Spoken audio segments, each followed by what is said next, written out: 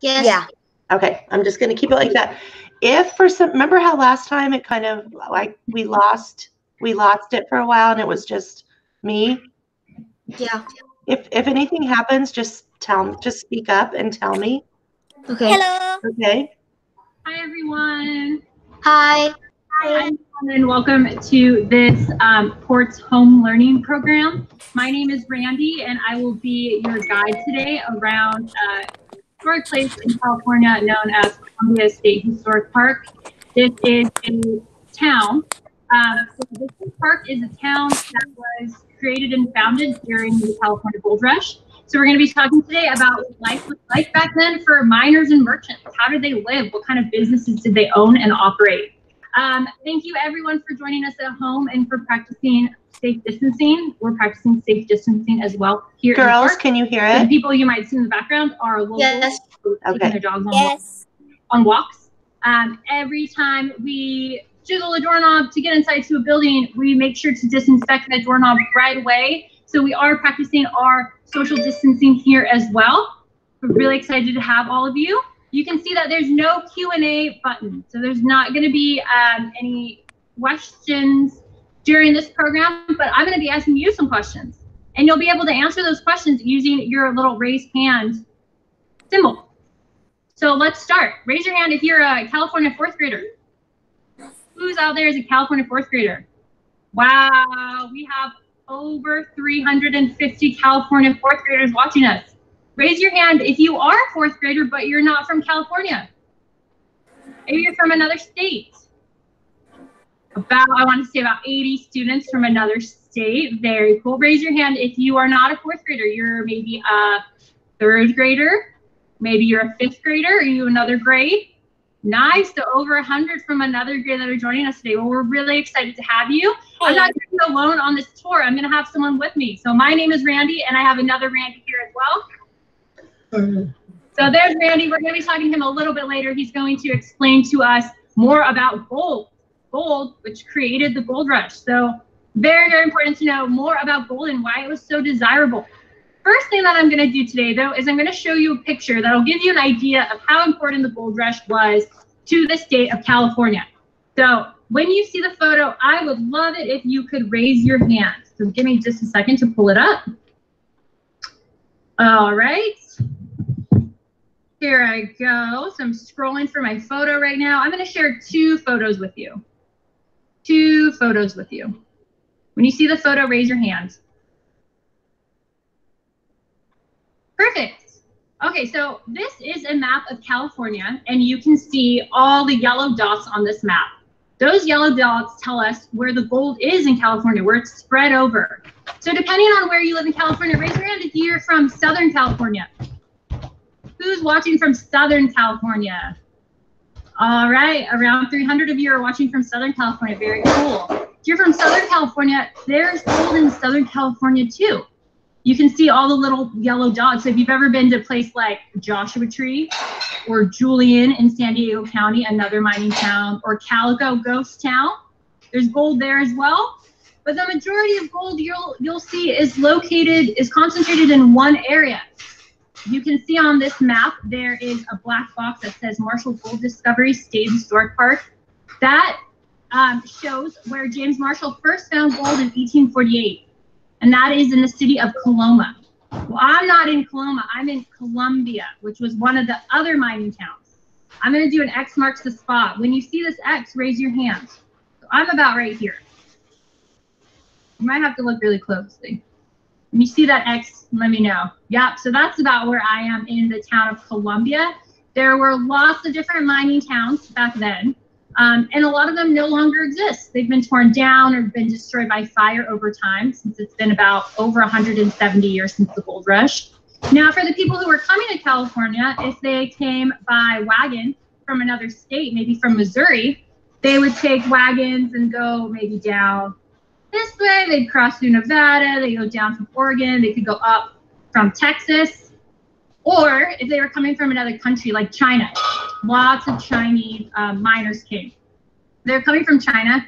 They would go through San Francisco Bay, and then they would dock there. This is what led to San Francisco becoming a huge town. Is anyone from the Bay Area? Raise your hand if you're from the Bay Area. So San Francisco grew exponentially during the gold rush. The gold rush changed everything in California. That's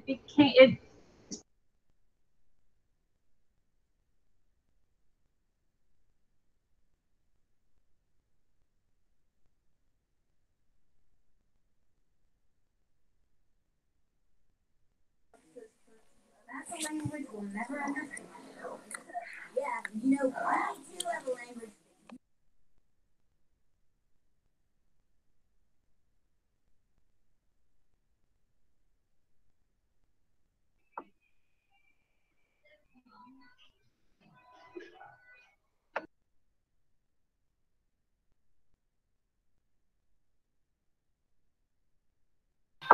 Miss McCracken, I can't hear her.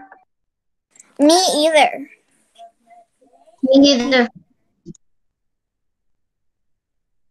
Miner there with his shovel, his Is that better? pickaxe, and his what's called a rocker box. Yeah.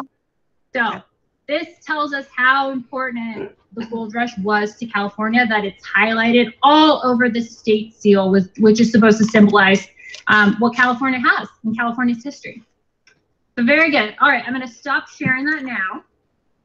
And so in this presentation today, you can see I'm standing in front of these giant rocks. I'm going to get out of the sun a little bit so you get a better view. So I'm standing in front of these huge giant rocks and huge giant boulders.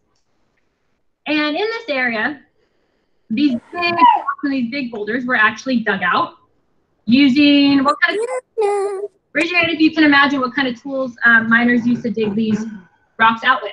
These rocks used to be completely covered.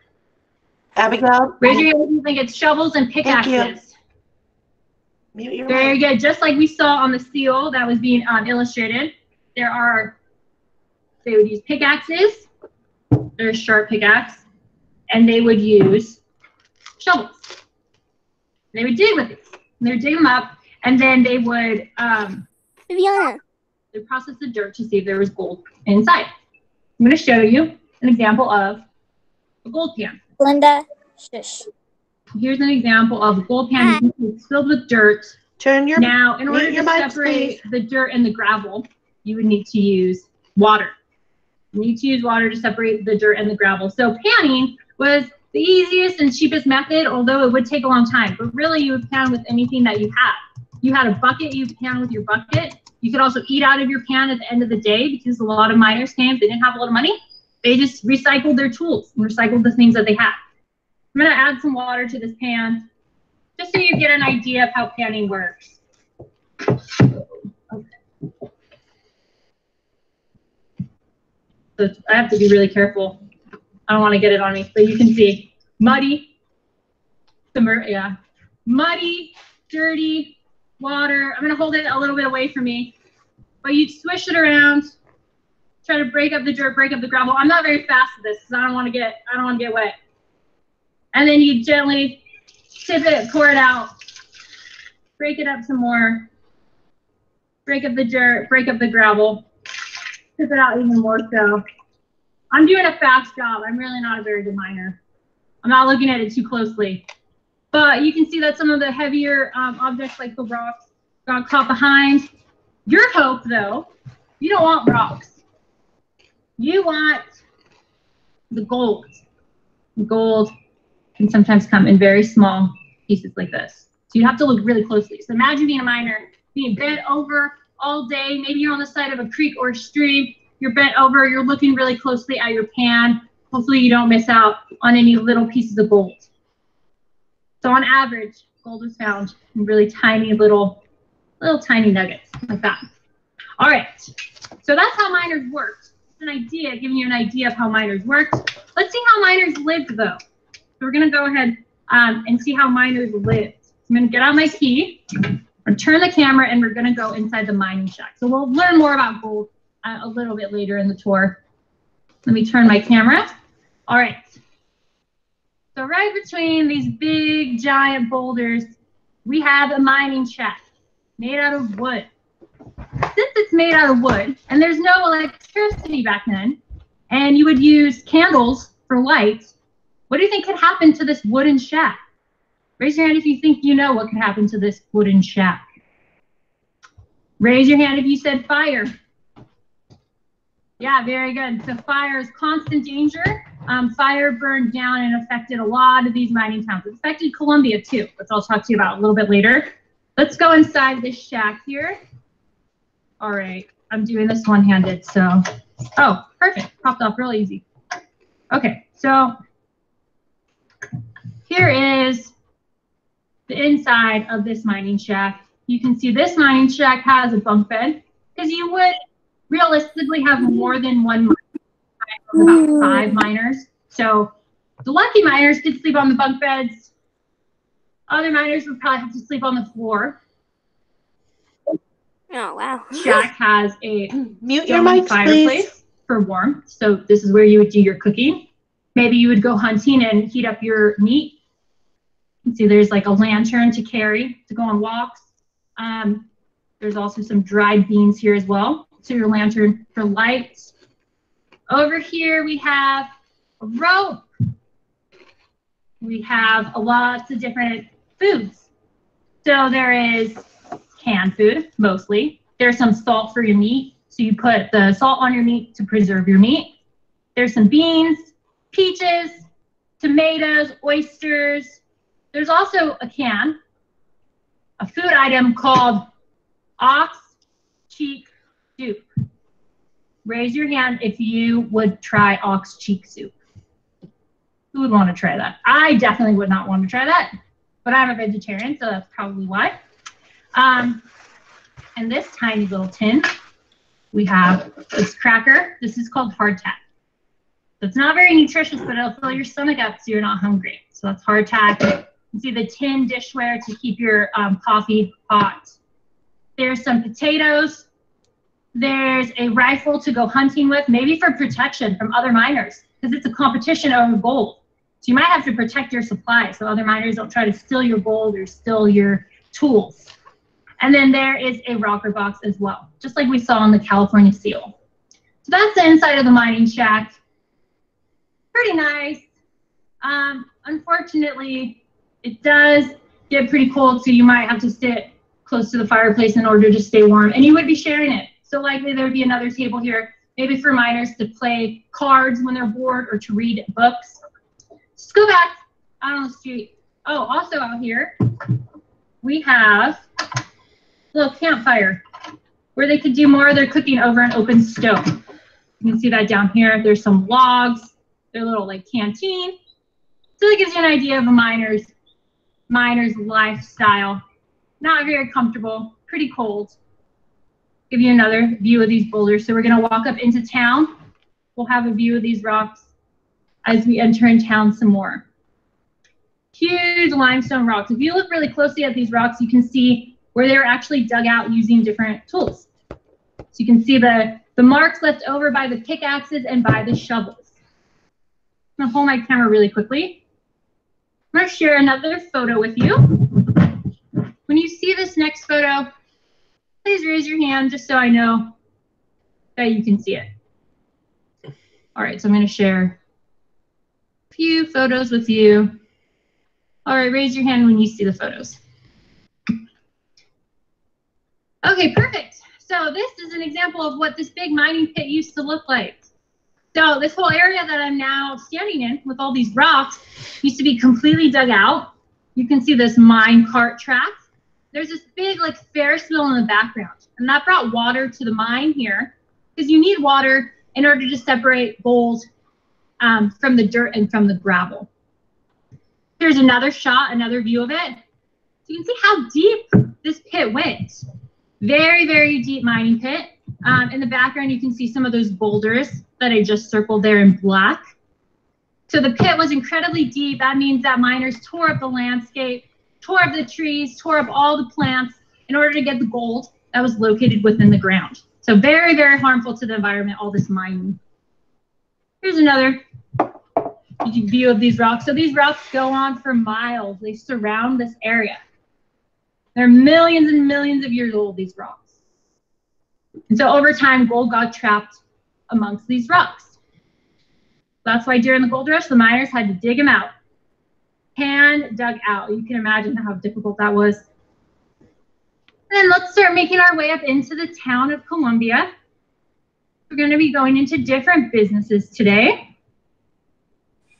I'm making my way up now. You'll see that the buildings in Columbia are mostly brick because the wooden buildings didn't survive. Remember a little bit earlier we talked about fire? So the wooden buildings mostly are gone now, been destroyed over time. So Columbia used to be one of the biggest towns in California during the gold rush. It had about 150 businesses. Today we only have about 30. So it's a small fraction of how big it once was, how big it used to be. But it did used to be about the 5th largest city in California. It was once even considered to be the state capital. Raise your hand if you know what the California state capital is. It's pretty close to us. It is Sacramento, which is about 2 hours away from here. So Columbia didn't win, but that's okay. Pretty remote. So you can tell this business right here, you probably recognize it. This is a Wells Fargo building. Wells Fargo today is a bank. Back then it was more like a post office. This Wells Fargo is very interesting because it is a 2-story Wells Fargo. It's one of the first ones in California. You can see the upstairs has this balcony. We're gonna go inside through the back.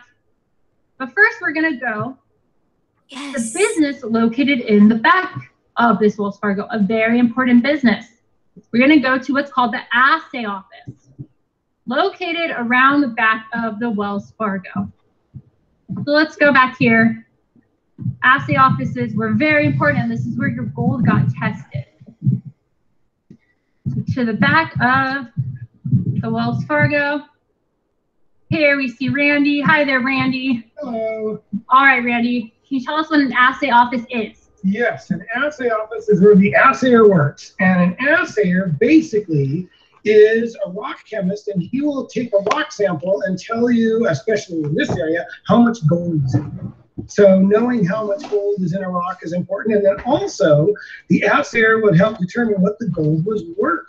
So we're going to see how that works. But being an assayer, right, you had to learn a lot of skills and learn how to do some scientific testing for those days. But coming into the assay office, I'll show you how this works. Now, people are going to bring in samples, a lot of times just rock samples, or they might bring in gold that they've already found. Now, the hard rock mines brought out rock like this. And most people around this area, they were getting smaller gold with their gold pan, like Randy showed you earlier. But once you have that sample and you want to test it, you want to see how pure it is.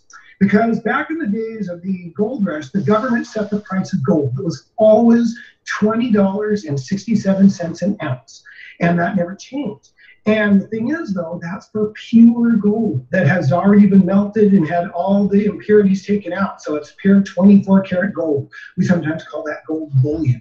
But no gold in nature is pure. So if you bring me an ounce of gold, an ounce of gold might be about as much gold. If it was fine gold dust in little pieces, about that much in my little finger, that would be an ounce of gold. Well, how much is the gold worth from here? The assayer would tell us that. So first, when the sample comes in, they have to smash it up, and we have mortar and pestle to grind it up. A lot of times, this is what a young boy might get a job, to do the grinding and the crushing. Now, once we grind it up there, we put it in the motor, and then we pull our sucker back, make it very heavy, and drag it back. And you're going to bring it there. And it's like dust or powder. And then that goes in to one of these crucibles. And a crucible is special clay that can handle super high heat. We're actually going to melt the crushed rock into lava. But we add a few things first, like lead and borax and other different things to help it all melt. The lead goes in because when the lead melts, it's very heavy and it goes to the bottom. Well, does anybody know what's way heavier than lead and heavier than most things? Well, gold is one of the heaviest things in nature. So we want to have all that gold and lead go to the bottom. So we crush it up, we get the stuff in here, we put it in a special furnace called a muffle, and that will melt this. We have special tools on the wall there to kind of grab those really red hot things. And when this comes out, we pour it into a button mold. Now, most of these things are going to have a lot of glassy stuff at the top with the lead at the bottom. When this cools and I dump it out, we're going to hit those little pieces of mold with a hammer, whack them, and all the glasses will break off, and what we're going to have left is a little piece of lead. We pound that piece of lead into a square. So there's all the gold in that little piece of lead. We put that in a special little thing called a cupel. This is made out of burned bones that are crushed up. Well, the magical thing is that bone ash, when it gets hot enough and the lead melts, the lead will go into the cupel, but the gold will stay on top. So when this goes into the muffle again, we heat it and it melts. When it comes back out, it's just going to have a tiny little, I can find a tiny little one here, a tiny little bead of gold. There we go. When it comes out, it's like a little bead of gold. And we would weigh this on a very delicate balance and find out how much that was. And I knew how much crushed up rock I started with. And then I can see how much gold is left at the end. And then we know. Now, when we do some math, then we can say, okay, well, gold like this is worth $14 an ounce, $15 an ounce. Different areas, the gold had different amounts of purity. So an assayer was very important to know. If I'm going to go to the store and buy some stuff, and I have an ounce of gold, I know how much is that ounce of gold worth. Now, that doesn't mean that the store owner is going to be fair, and his scale is fair, but at least we know what the gold is worth. Now, for big mining companies, around here, almost all the gold was panned out, and it was loose gold. But sometimes gold is in solid rock. And when the big mines came, that solid rock, you don't want to spend a lot of money and power and labor and pay a lot of guys to crush up rock that doesn't have enough gold. So the assayers were very important for local gold prices. Now today, gold mining is resurging, but the problem was for a long time, at $20 an ounce, you couldn't afford to pay miners to make gold. It cost more than $20 an ounce to get an ounce of gold in a big mine. So it wasn't until later that we raised the price of gold in the 1930s. Well, back in the 1930s, they raised it up to $40 an ounce. And then they said, well, we're going to let the market decide whatever people are willing to pay. So today, gold changes its price. But right now, it's worth over $1,500 for an ounce of pure gold. Now, that's for gold that's been processed. What if you had a gold nugget? Now, back in the days of the 49ers, there was a lot more gold nuggets, and nobody cared. All the gold was the same. If you knew the purity, if that was an ounce, it could be worth $14 or $16. But today, a gold nugget that's natural is very, very rare. The 49ers pretty much got them all. So now this little 1 ounce gold nugget would be worth way more than $2,000 because it's massive. So anyway, that kind of helps you see that assaying was a good job to learn. It would be good money. It was very important to the people. And now in those days, gold was used mostly for jewelry and beautiful things that rich people had and for money. How many people use gold for money today? Not too much, but gold is still very valuable. Now, we need a lot more gold than in the old days because we use gold for modern things like electronics. Gold is the most amazing metal because nothing bothers it in terms of chemicals. You could put salt on it, you could put acid on it, you could put water, it won't rust, it won't corrode, it won't get crusty. So if you make wires and electrical parts out of gold, they'll never fail. We even can find gold from ancient shipwrecks, and there's 1,000-year-old gold that looks brand new. The silver and the copper have all corroded away in the salt water, and gold looks like new. So gold is an amazing substance. Still today, we need a lot of gold, but it's also exciting and fun to collect it. Yes. So hopefully you guys have seen now how the assay house was an important part of the gold mining area, especially if there was a lot of mines or a lot of miners bringing in gold to see what it was worth. Brady, can you show us an example of fool's gold? I'm sure a lot of people in the audience know about fool's gold. Now this, if we get the light, yeah, let's go to the light. A little in the light. After you've seen some gold, there we go. Here is gold, and here's fool's gold. So what's the biggest difference between them? Well, they're completely different. Gold is an actual element on the periodic table, and you can find it in almost pure form, but it's mixed with copper and silver and other things mostly. Pyrite is iron and sulfur. It has no gold in it, and it looks kind of sparkly and shiny. Now, when you see it in a rock, little pieces, it can be pretty thrilling. But after a while, you can see it's not as bright as real gold. Yeah. Now, like I said, today, a big gold nugget like this is worth more than gold dust. And the value is based on how big and how pretty it is and less on how pure it is. Mm-hmm. So Pyrite could have fooled a few people, but also pyrite is much, much lighter than gold. So if you put a bunch of pyrite and a bunch of gold in the pan, wouldn't have any trouble getting rid of the pyrite while the gold stayed in the pan. Because the whole idea of gold panning is to use the water to wash away everything except the gold. Yes. Yeah. Takes a little bit of a technique. Yeah. But again, then once you found that gold, you would go to know the assayer has determined what the local price is. Go buy your supplies. And stay, little tip, buy your supplies before you visit the saloon. Definitely good advice there, Randy. Thanks, Randy. Thanks for coming. All right, so that is the assay office. You got your lowdown on how important gold was and how important gold still is. You can see how valuable it is. Now we're going to go inside the Wells Fargo. We're going to enter in through the back and make our way to the front of the building. I'm going to get out my key. Let's go ahead and enter in inside of the Wells Fargo here. All right. So this is the back of Wells Fargo. We'll go to the front first. So this is the front. This is the office part. And this is where miners, they'd line up outside for the mail. So the mail would arrive by stagecoach. They would be in line all day. They'd come to the front of the counter, give the Wells Fargo agent their name, and see if they had any packages delivered. You can see in here we have lots of different packages. There's different letters. Over here on the counter, in this glass case, we have a scale. On one side of the scale would go a piece of gold to get your gold weight. On the other side would go weight, so you determine how much the gold weighs. Up on the wall, you can see the Wells Fargo and Company's Express office sign, lettering. We have an old desk here with a feather quill used for writing, so you have to have your little inkwell. And there's a notebook that the Wells Fargo agent would keep track of the gold everyone was finding, keep track of the packages. We have a coal stove in here to keep the building warm. And then in the wall, you can see there's an old safe. This safe is from the city of Boston. Is anyone out there watching from the East Coast? Anyone out there watching from the East Coast? Pretty far away. And back then, since there weren't any airplanes, a safe like this would have been imported by ship. Would have been imported by ship here. Then inside, you can see the different compartments as well. And then there's some former Wells Fargo agents drawings on the wall, the portraits. Now, in the back of the Wells Fargo, we have the Wells Fargo parlor room. So if you were a merchant or store owner back then, you lived inside of your business. You lived inside of your business. Raise your hand if you can think of a reason why store owners would live inside their business. Why do you think that was a pretty smart idea?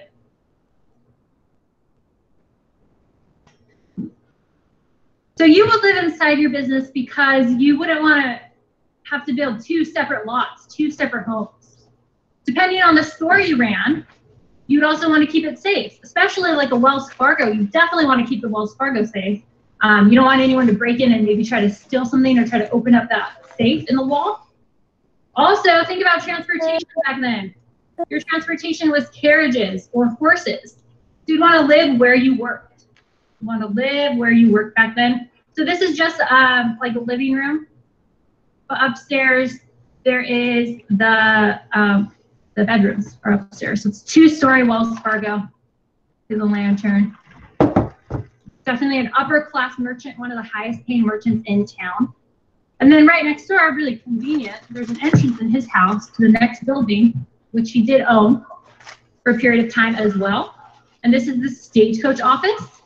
So if you wanted to leave Columbia, you would leave by stagecoach. Maybe you want to go to the town of San Francisco. You'd have to book your stagecoach ticket. Your stagecoach would look like this. See this little miniature scale of a stagecoach? Made completely out of wood, has these wooden wheels here. If you're a passenger, you're going to go through that door and sit on some benches. You're probably going to be really cramped in with other people. The top has space to put your luggage. Up at the top of the stagecoach, you can see where the stagecoach driver would sit. And then the person sitting next to them would be sitting in shotgun. The person sitting in shotgun would have a big rifle to protect the stagecoach from who? Raise your hand if you know. What do we call the people who would try to take something from a stagecoach. What do we call those people? Okay, I'll return to that in just a second, but first we're gonna look at some trunks. You didn't have suitcases, you had trunks. So here's an example of a miner's trunk with the mining tools, similar tools that we saw in the mining cabin. Over here we have a lady's trunk. Now I love talking about this trunk. You look inside, you can tell it's a lady's trunk, which is the fancy bonnet. There's like a parasol or an umbrella. There's some music lyrics as well. This is a trunk based on an actual woman who was around in the different mining towns. She came to Columbia as well. Her name was Caroline Chapman, and she was a singer. And she performed for the miners because they needed some entertainment. So she performed at a theater in town. And at the end of her performance, the miners loved her singing so much, they threw up little tiny pieces of gold up on stage. They showered her in gold. You can see there's a sack with some little pieces of gold inside. So they loved her singing. But here's something funny. You didn't really have to even be a very good singer back then. You could say you were a singer and you could perform. And since people really wanted to be entertained because they would work all day long looking for gold, they would love you no matter what. They'd probably shower you in gold even if you had a really horrible voice. So really, any girl back then, you were lucky enough to get famous being a singer. And then the last trunk that we have is a merchant trunk or store owners. So merchants are the people who made the most money back then. Merchant entrepreneurs. There's a very famous entrepreneur by the name of Levi Strauss. Raise your hand if you've ever heard of Levi Strauss before.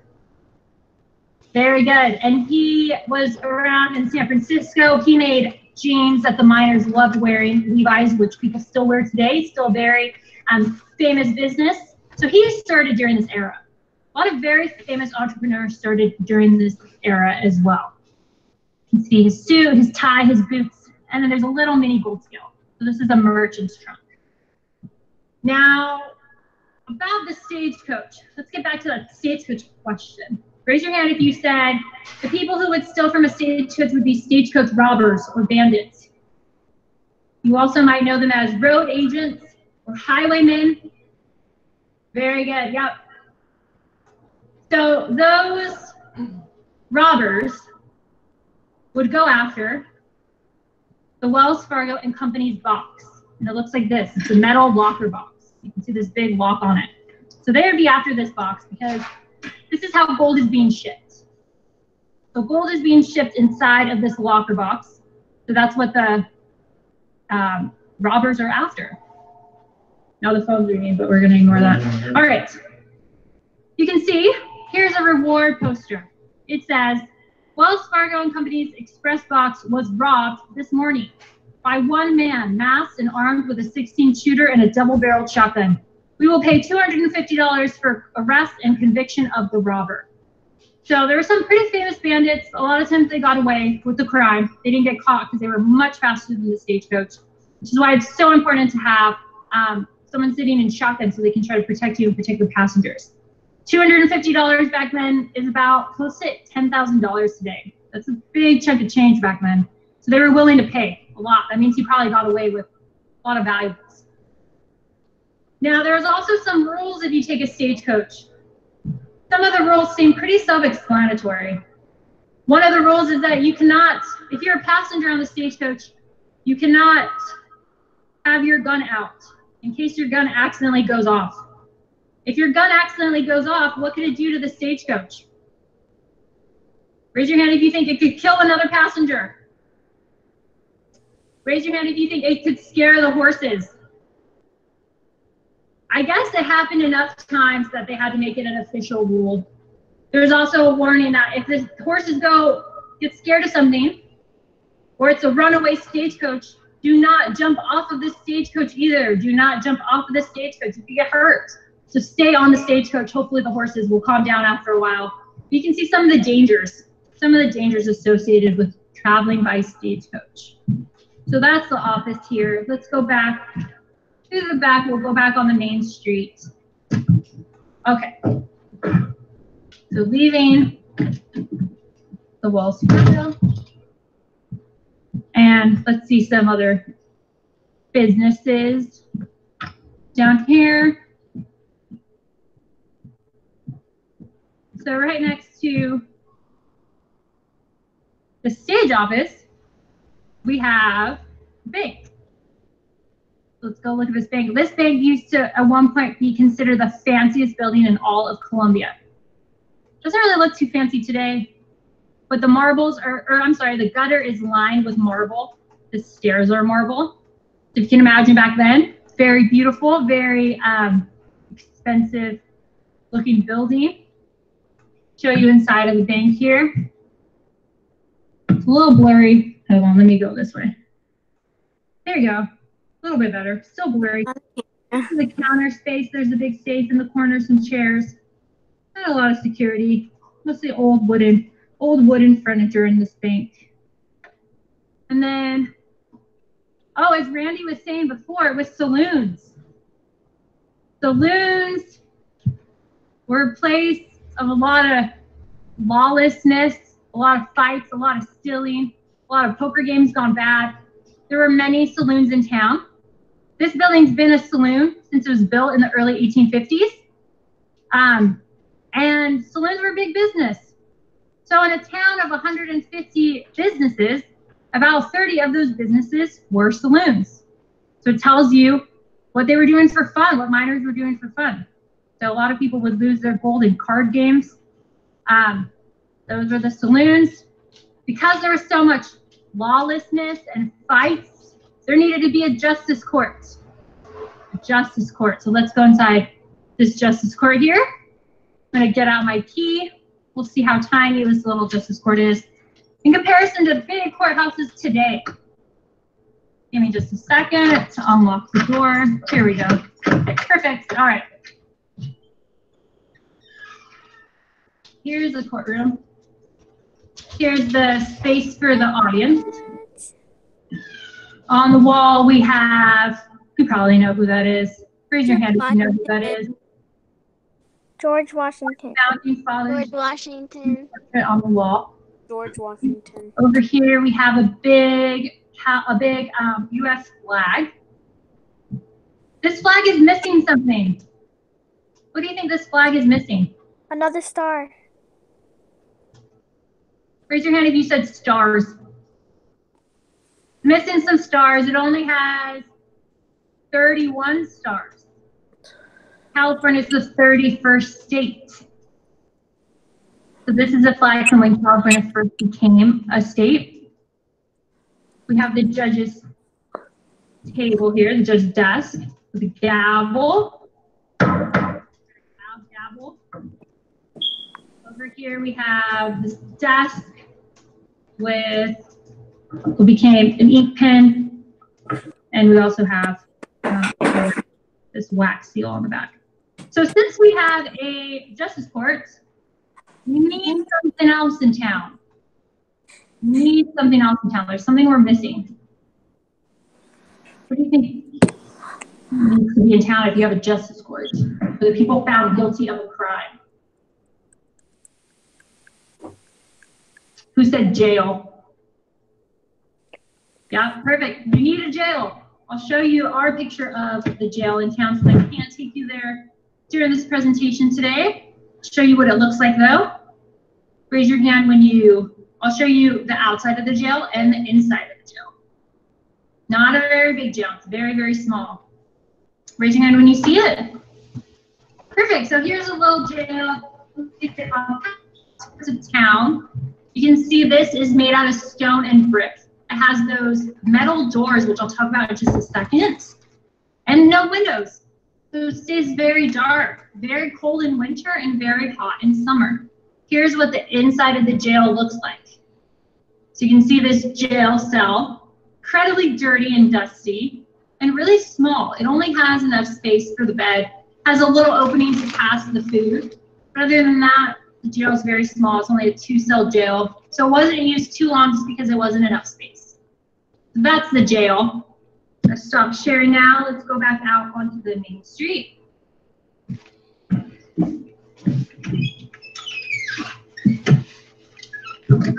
And, oh, when I talked to you about like wooden houses, here's one of the few still on Main Street. No one lives in this one though. That is the Tibbetts house. The Tibbetts house is still there. This house was owned by a merchant, another pretty wealthy merchant, who owned what is now the bank, but used to be back then a drugstore or a pharmacy. They lived right across the street, so he could handle his clients at any time. He could also protect all the merchandise as well. And then let's make our way across the street over here to this business, which you'll probably recognize what this is. Here we have a barber shop. Barber shops were also around back then. Not only would miners go there to get their hair cut, they'd also go there to take a bath. And for after every 7th bath, the water would be dumped out and fresh water would be put in the bathtub. If you had the most money, you could go first in line. If you didn't have enough money, you'd go later in line, maybe 6th or 7th in line, get the really dirty bath water that could even make you sick. Not really gonna get you very clean.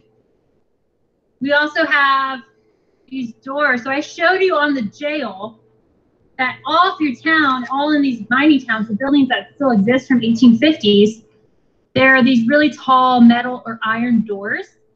And these are fire protection doors. So if there's a fire outside, you shut the door so the fire doesn't go inside your building and destroy it. So they're very, very tall. They're pretty hard to open. A lot of them have to be opened from the outside. Or I'm sorry, open from the inside so no one can break in. They also make pretty good protection. Across the street, another 2-story building. So even though I've worked here for over a year now, there's a lot of buildings I haven't been into. This is one of them. I've actually never been upstairs. There's lots of different keys, never been up to the top floor here. So there's still parts of Colombia that are a mystery even to me. I'm going to show you inside this building. This is a special type of store. This shows off some of the diversity in Colombia. So this is a Chinese store. And so you can see some Chinese like cultural artifacts and objects. There are Chinese symbols. There's an altar in the back as well. There's a scale, some tea and some herbs over there for sale on the counter. And down here we have a turtle shell. So this is a Chinese medicine store. And they would crush up turtle shells in Chinese medicine, traditional Chinese medicine, ground it up into a powder and use it like for fevers. So there were Chinese-owned businesses. So for a lot of the Chinese miners, they were taxed. Not only did they have to, pay for their supplies in town, they also had to pay the government in order to mine, because gold was becoming harder and harder to find. So instead of leaving and going back to China, a lot of miners became merchants. So they opened up their own stores. That's an example of a Chinese store. And then let's do a few more stuff today on our tour. Also, Chinese miners could open up businesses like restaurants. So there were Chinese restaurants in town. There were also French restaurants in town as well. Across the street, we have a blacksmith. That's a blacksmith shop. And so this blacksmith shop, they would make different tools there. So they could repair your pans, sharpen your pickaxe, sharpen your shovels. So blacksmiths were a pretty high-paid business back then too. However, you're competing with different blacksmith shops. It's not as high-paying as like the banker or the assayer or the Wells Fargo agent. Over here, we have a big barn. Big, giant barn. This is called a livery stable. And this livery stable is where you would go to rent a horse. So you'd go here to rent a horse to travel around with. Today, we don't have any horses. We just have a variety of carriages. So let's look at some of these carriages here. Hold on just a second. I need to get over this rope. All right. So really only the very wealthy in town owned carriages like this. So you can see this is an example of a day carriage. If you had a carriage like this, you would not have to take a stagecoach. We also have what's called roundabout carriages, which are really fast, have really big tires so they can turn corners very quickly in town. And the last one we have is a big supply wagon. So if you're a merchant and you want to haul around your stuff, you put it in the back of your supply wagon. So in terms today, this would be like having a big truck. This would be like having a very fast, expensive car. And this would be the equivalent of having like a minivan. Go on long distances, fit a lot of people. However, this day carriage would be the most expensive. And let's make our way back onto the street. All right. So we'll go see a couple more stops. Since towns back then were just dirt roads, we only had an actual street put in about 60 years ago. Before that, town was completely a dirt road, so you needed to have boardwalks. You'd have boardwalks so the Columbia residents would not have to walk in the dirt, walk in the mud. Imagine how muddy it would get, especially after it rains. See the lanterns at the top as well. So the boardwalks here are either made out of wood or they're made out of brick. And then across the street, we have the hotel. So this is, there's 2 hotels in Columbia. Hotels would make a lot of money back then because they'd also sometimes give you dinner. So you get a meal. And if you didn't have a shack to live in, or maybe you don't have a tent to live in, you could possibly have to pay for a hotel room, which would be pretty expensive. So operating a hotel would make you a lot of money as a merchant. Another store that I love, or I'm sorry, another building that I love, probably my favorite one in town, is this business. I'm sorry, this building. This is the Wilson McConnell House. It's pretty well known. It's been in a few movies in town before. But this house was owned by a family. They owned this building at the corner that used to be their shoe store. So just like with the other merchants, you wanted to live close to your business.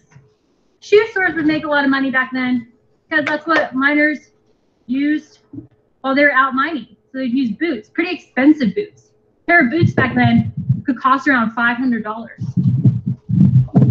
So you can see why that family would make so much. Right next door, we have a big firehouse. Since fire was such a danger, we needed 2 firehouses. And then our last stop today is going to be this little general store at the very end of the street. Really quickly, I'll show you this Conestoga wagon. So this was the type of wagon that 49ers came over to California with if they took the overland routes. So they'd fill up the Conestoga wagon with supplies. They would make a long journey. They would be pulled by oxen. At the very end of their journey, they would usually eat their oxen. They'd usually eat their oxen for the food, bring their livestock with them. They would also bring chickens with them as well. And then let's go inside the general store so we can see some items. I'll show you across the street really quickly. More brick buildings. This was more of like the Chinese and the French section of town. So this one used to be a French grocery store. There's also a French laundry, dry cleaners back there as well. And then let's go into this general store really quickly. Let me get out my key. Give me just a second. I'm going to set you down real quickly. Technical difficulties with a lock. This happens a lot in Columbia. You don't put this on.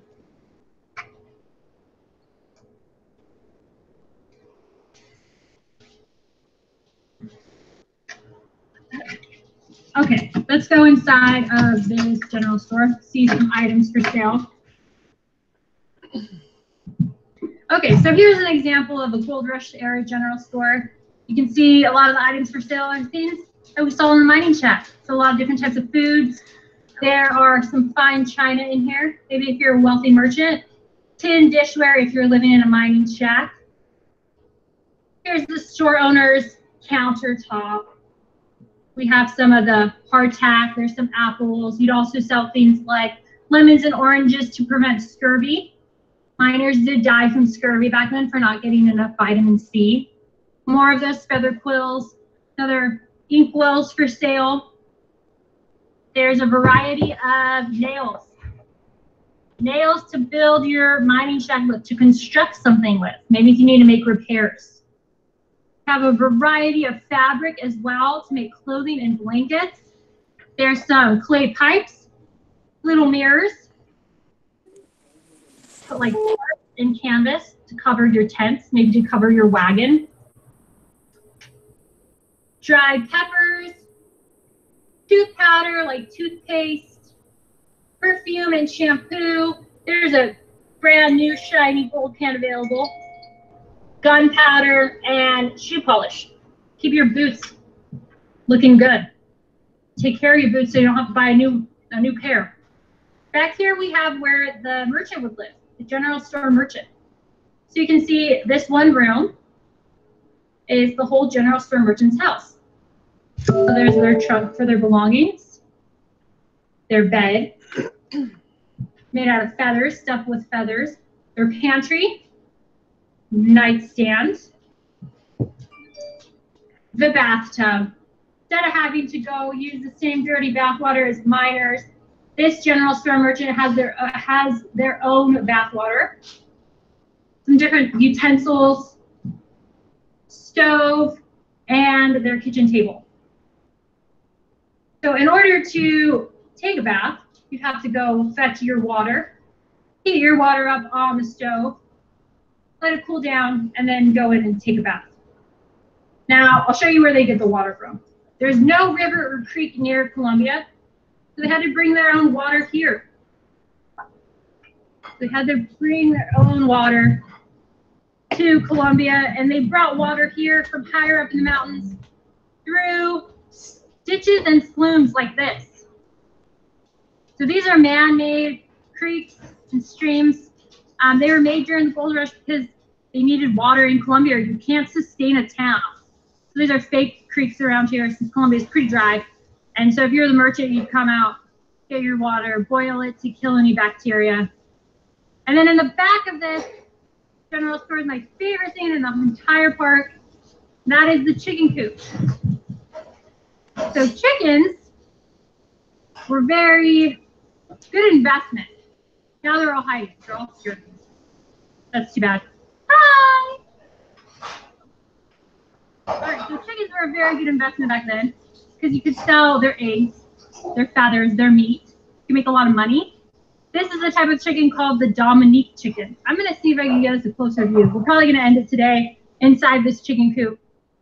So these are the Dominique chickens. The most popular breed to have during the gold rush because the girls are pretty nice. The boys are a little mean, however. Well, let's see. Give you another view. No, they're being very shy today. It's Monday for them. So that's the chicken coop. That's why we still have chickens in Columbia, because it was such an important animal to have back then, especially if you were a merchant. People would also bring their chickens with them to California as well. You could sell their eggs. And an egg located on the East Coast. So raise your hand if you're from the East Coast. The East Coast back then, you could buy one egg for about 10 cents. However, if you're in California, you could buy one egg for $2. So you could get a dozen eggs. I'm sorry, you could get a dozen eggs for 10 cents, one egg for $2 in California. California was very, very expensive because you had so few supplies and so many miners. The merchants wanted to make a lot of money, so they would raise up the price incredibly high. So also very important to have chickens. All right, so with that, that'll conclude my tour of Columbia for you today. Oh, really quickly, actually, I want to show you behind this coop. Really, really quickly. Behind here, we have another mining area that was dug out. So these rocks used to be covered as well. But we're also dug out on the relentless pursuit for gold. All right, everyone. Thank you so much for joining me today, joining me and Randy, the two Randys, as we explained to you about what life was like back then in Columbia and what businesses were around back then as well. I hope you all learned a lot, and thanks so much for visiting us at Columbia State Historic Park. Check out all the other fabulous home learning programs we have to learn even more about the wonderful state of California and all their resources and history. Bye, everyone. Bye. Bye. Bye. We all just unmute. Yes, I like Wow, that was pretty cool, huh, you guys? Dominic, You like Dominic that? saved us in the end over here with the quiet game, so we all wouldn't be annoyed. Alice, wake up! Alice! Alice. Alice! Alice, wake up! What the? We were here for like an hour. almost an hour.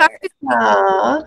Well, did you all learn something today? Yeah. Yes. Yeah. So, so last week I gave you guys a little challenge for the giant sequoia trip that we took. Another one. If you want to do the same thing and do a little Adobe Spark video, or you could Do what?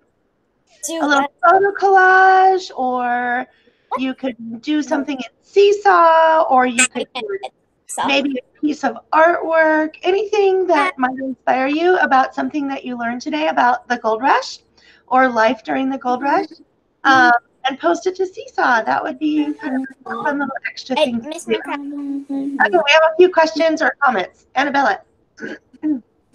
Tomorrow we do our Adobe Spark, right? Yes. Well, tomorrow, actually, you will be planning your Adobe Spark, and so tomorrow there's a video. You could do it today. You can skip ahead if you want. But you're going to be learning about how to make a storyboard, which is kind of like almost like a comic strip to plan out your video, your story, or whatever it is you're trying to do in your video, just to plan out how it's going to go. You're going to be doing that tomorrow, and then Friday you'll be doing your video. Okay. And it's free choice, right? Yes, it is free choice. I made some suggestions on there. What's Stuff about ideas, but yes, it is your free choice what you want to do your video about. Miss McCracken, what does Who's that? Who's talking? Victoria? Victoria. I have a question. You said after this we're having another meeting called office hours. What Right. are we gonna do? Right now, office hours just means if you have questions about anything at all that's going on, what you're doing, if you need some technical support, anything at all that you need help with, I'm here for you. So I'll just be kind of hanging out to help you with whatever it is you need help with.